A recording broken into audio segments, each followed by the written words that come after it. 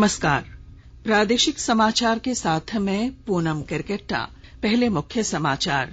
मुख्यमंत्री हेमंत सोरेन की विधानसभा सदस्यता मामले में राज्यपाल को निर्वाचन आयोग ने भेजी रिपोर्ट। राज्य में राजनीतिक हलचल तेज। राज्य के राजनीतिक हालात को देखते हुए कांग्रेस ने अपने विधायकों की बुलाई बैठक। सभी विधायकों को राजधानी में रहने के दिए निर्देश। सुप्रीम कोर्ट ने छठी जेपीएससी मामले में झारखंड हाई कोर्ट के आदेश को किया निरस्त। सभी अभ्यर्थियों को मिली राहत। और डायन बिसाही के आरोप में गुमला की अदालत ने 2 आरोपियों को आजीवन कारावास की सजा सुनाई। और अब समाचार विस्तार से। निर्वाचन आयोग ने मुख्यमंत्री हेमंत सोरेन द्वारा पत्थर खनन का पट्टा प्राप्त करने के मामले में राज्यपाल रमेश बैस को अपनी रिपोर्ट सौंप दी है। इसी के साथ राज्य में सियासी हलचल तेज हो गई है। हमारे संवाददाता ने राजभवन सूत्रों से खबर दी है कि राज्यपाल चुनाव आयोग की रिपोर्ट का अध्ययन कर रहे हैं। इसके बाद ही उनकी ओर से कोई फैसला आ सकता है। इस वर्ष फरवरी में भारतीय जनता पार्टी के नेताओं के एक प्रतिनिधिमंडल ने राज्यपाल से मुलाकात कर उनसे मांग की थी कि मुख्यमंत्री हेमंत सोरेन को जनप्रतिनिधि अधिनियम 1951 के अंतर्गत लाभ के पद पर रहते हुए खनन पट्टा प्राप्त करने के लिए उन्हें अयोग्य घोषित किया जाए। राज्यपाल ने इस मामले में निर्वाचन आयोग से सलाह मांगी थी। मुख्यमंत्री हेमंत सोरेन की सदस्यता को लेकर कल निर्वाचन आयोग का पत्र राजभवन आने के बाद सत्तारूढ़ दलों की राजनीतिक गतिविधियां तेज हो गई हैं। बदलते राजनीतिक घटनाक्रम को देखते हुए कांग्रेस विधायक दल के नेता आलमगीर आलम ने पार्टी के सभी विधायकों को रांची आने का निर्देश दिया है। उन्होंने कल दोपहर अपने आवास पर मंत्री विधायकों के साथ बैठक कर आगे की रणनीति बनाई। बैठक में मंत्री डॉ रामेश्वर उरांव, अध्यक्ष राजेश ठाकुर, बादल पत्रलेख, अनूप सिंह, कार्यकारी अध्यक्ष बंधु तिर्की सहित पार्टी के कई पदाधिकारी मौजूद थे। श्री आलम ने कहा कि निलंबित 3 विधायकों को छोड़कर सभी 15 विधायकों को रांची आने का निर्देश दिया गया है। कांग्रेस के विधायक एकजुट हैं। राज्यपाल का फैसला आने के बाद आगे की रणनीति पर विचार किया जाएगा। फिलहाल सरकार पर कोई संकट नहीं है, वह अपना कार्यकाल पूरा करेगी। वहीं वित्त एवं खाद्य आपूर्ति मंत्री डॉ रामेश्वर उरांव ने कहा कि अभी आरोप प्रत्यारोप लगाने का समय नहीं है और पार्टी इस बात पर विचार कर रही है कि कैसे जनता द्वारा चुनी गई सरकार 5 साल का कार्यकाल पूरा करे। इधर झारखंड मुक्ति मोर्चा ने दावा किया है कि हेमंत सोरेन 2024 तक समूचे कार्यकाल के लिए प्रदेश के मुख्यमंत्री बने रहेंगे। पार्टी ने मुख्यमंत्री सोरेन की छवि अफवाह फैलाकर खराब करने का आरोप लगाते हुए भाजपा नेताओं के खिलाफ कानूनी कार्रवाई की मांग की है। राज्य के सत्तारूढ़ दल झारखंड मुक्ति मोर्चा ने मुख्यमंत्री सोरेन के ऑफिस ऑफ प्रॉफिट मामले पर भाजपा सांसद निशिकांत दुबे और मीडिया की रिपोर्ट पर आपत्ति जताई है। पार्टी के केंद्रीय महासचिव सुप्रिय भट्टाचार्य ने कल रांची में पत्रकारों से बातचीत में कहा कि इस संबंध में चुनाव आयोग या राज्यपाल से मुख्यमंत्री कार्यालय को कोई पत्र नहीं मिला है। उन्होंने कहा कि सील बंद लिफाफे के बारे में भाजपा सांसद के ट्वीट पर चुनाव आयोग द्वारा खंडन नहीं आना चिंता की बात है। श्री भट्टाचार्य ने दावा किया कि गठबंधन की सरकार पूरी मजबूती के साथ चलेगी। मौके पर झामुमो सांसद विजय हांसदा भी मौजूद थे। राज्य में उत्पन्न वर्तमान हालात पर केंद्रीय मंत्री अर्जुन मुंडा ने कहा है कि यह चुनाव आयोग का फैसला है। मुख्यमंत्री हेमंत सोरेन की विधानसभा सदस्यता को लेकर पूछे गए सवाल पर अर्जुन मुंडा ने पत्रकारों से कहा कि आयोग ने सारे बिंदुओं को सामने रखकर फैसला लिया है। उन्होंने कहा कि राज्य सरकार को इन सारी बातों का ध्यान पहले ही रखना चाहिए था। आकाशवाणी अनूठी पहल के साथ स्वतंत्रता के 75 वर्ष का उत्सव मना रहा है। इसका शीर्षक है आजाद भारत की बात आकाशवाणी के साथ।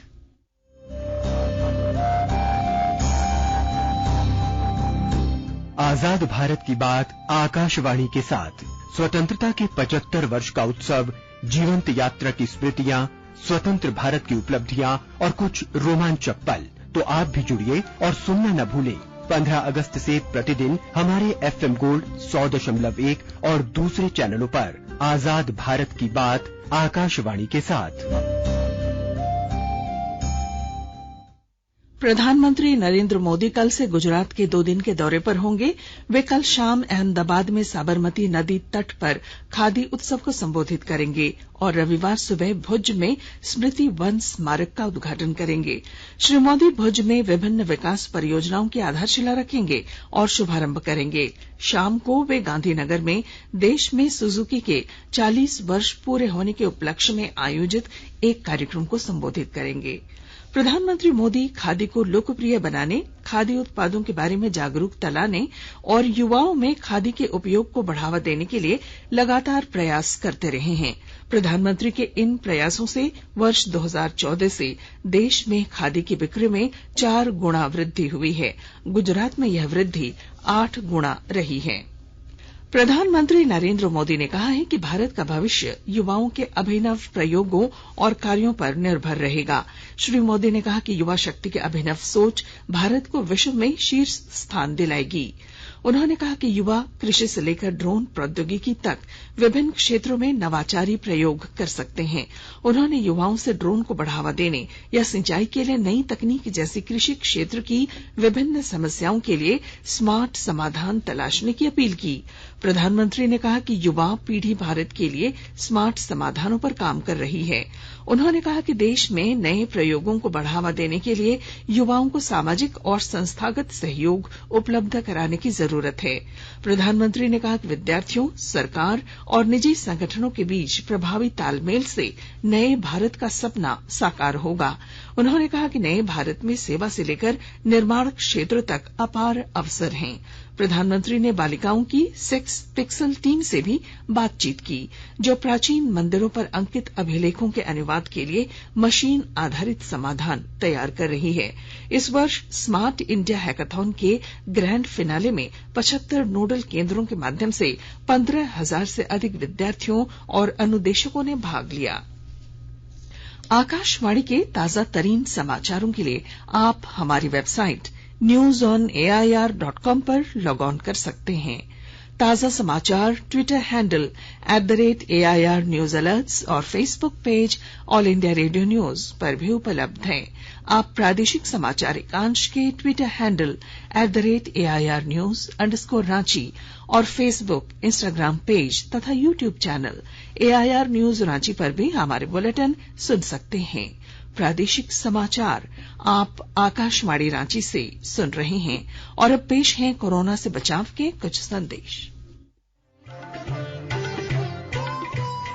कोविड-19 से बचाव और सुरक्षित रहने के 3 उपाय। मास्क लगाएं, 2 गज दूरी है जरूरी, सुरक्षित दूरी रखें, हाथ और मुंह साफ रखें।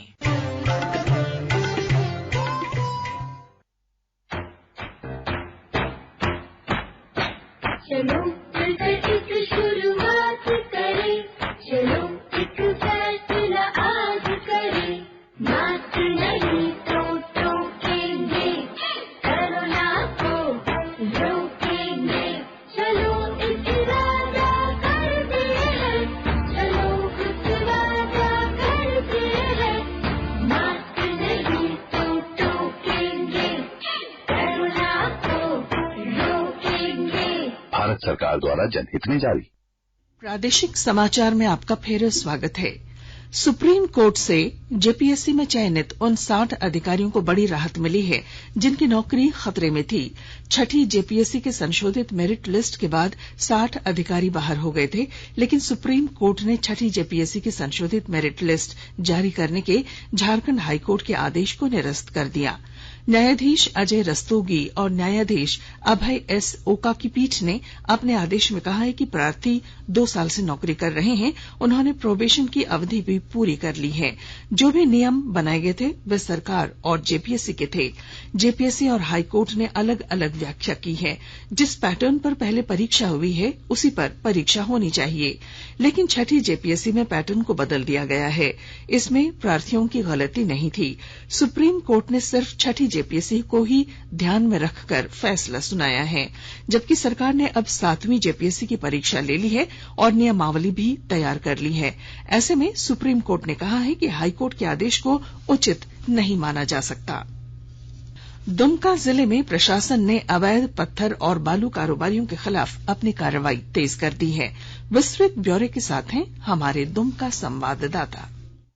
दुमका जिले में पत्थर और बालू के अवैध कारोबारियों पर प्रशासन ने सख्ती और बढ़ा दी है। उपायुक्त रविशंकर शुक्ला ने जिला परिवहन विभाग, पुलिस, वन विभाग और अंचल कार्यालय के अधिकारियों को वैसे सभी लोगों की सूची तैयार करने का निर्देश दिया है जो बालू और पत्थर का अवैध परिवहन और भंडारण करते हैं। ऐसे लोगों को चिन्हित कर उनके खिलाफ तुरंत कार्रवाई शुरू करने का उपायुक्त ने निर्देश दिया। उपायुक्त ने दुमका जिले के शिकारीपाड़ा पत्थर औद्योगिक क्षेत्र में अवैध रूप से पत्थर खनन करने वाले उन लोगों की भी सूची तुरंत तैयार करने को कहा है जिनके खिलाफ प्राथमिकी दर्ज की गई है।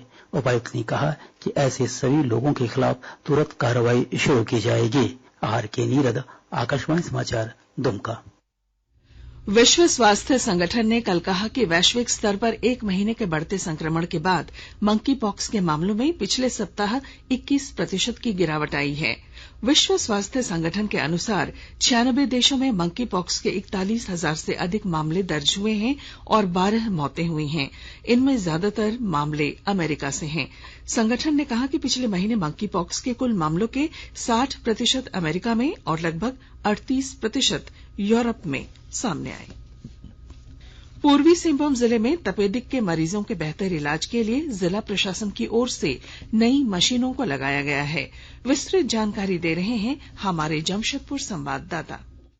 पूर्वी सिंहभूम जिले में टीबी मरीजों को अब ससमय एवं बेहतर इलाज की सुविधा उपलब्ध कराना आसान होगा। टीबी रोगियों की जांच ट्रूनेट मशीन से होगी। इसको लेकर विभाग ने जिले में 6 जगहों पर ट्रूनेट मशीन लगाई है। इससे जांच कराने पर टीबी मरीजों की सटीक रिपोर्ट मिलेगी। सिविल सर्जन डॉक्टर साहिर पाल ने बताया कि ट्रूनेट एक अत्याधुनिक मशीन है जो जीवाणु के जीन द्वारा निगेटिव एवं पॉजिटिव की जांच करती है। केंद्र सरकार ने देश से 2025 तक टीबी को खत्म करने का लक्ष्य रखा है। इस अभियान में यह मशीन मील का पत्थर साबित होगा। राजेश कुमार लालदास, आकाशवाणी समाचार, जमशेदपुर।